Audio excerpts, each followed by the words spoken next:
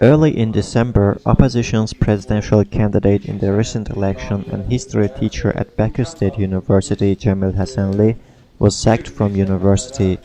As an excuse for refusal of teaching hours to Hasanli, the rector of the university said Hasanli is not physically in position to attend lectures.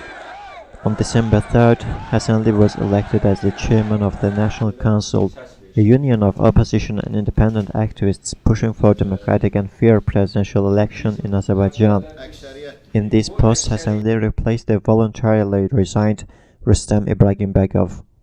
A complaint was submitted to the European Court of Human Rights in the case of Azerbaijan Popular Front Party Youth Committee member Turkel Alisoy and youth activist Ali Safarli. The complaint requested recognition of the violation of the youth right to freedom of assembly, expression and fair trial, their subjection to torture and politically motivated discrimination, demanding indemnity at an amount of €19,000 for each of them.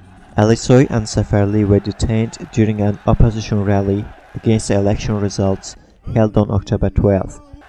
They both were sentenced to 15 days of administrative arrest. Baku Appellate Court upheld the decision. On December 5th, in his speech made at 20th OSCE Ministerial Council Summit, Foreign Minister of Azerbaijan Elmar Mamadyarov raised issue regarding the ODIHR.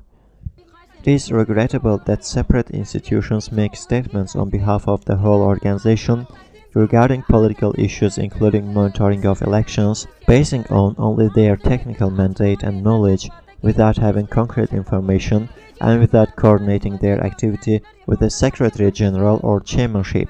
Therefore, we are sure that the role of OSCE ODIHR should be reviewed, he said.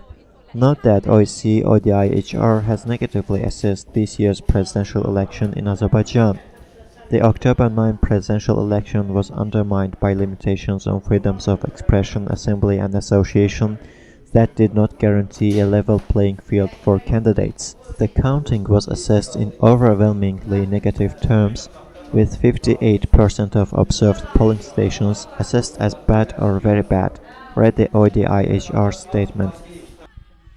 After hesitation over recognizing the results of the election, it seems that international community is resigning itself to dealing with Aliyev regime, noted David Kramer, president of Freedom House, speaking in front of the audience of Johns Hopkins University. One of the US officials who are traveling to Azerbaijan this week said in our recent meetings that we kind of put the elections behind. In my view, that's a big mistake, because I would argue that Ilham Aliyev doesn't have a legitimacy that he could have had he permitted free and fair elections, he emphasized. For Freedom House president, Azerbaijan is on the wrong path because Aliyev shows zero respect for human rights.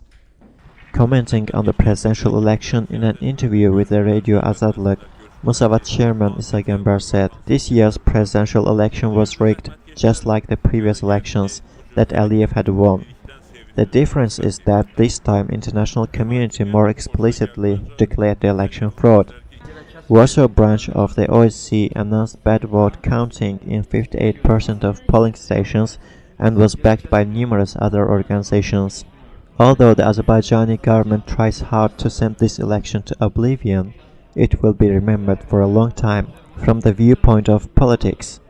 Opinion of the international community on this year's presidential election, which is quite different than ever, encourages Azerbaijan's democratic forces in their struggle for fair and democratic election.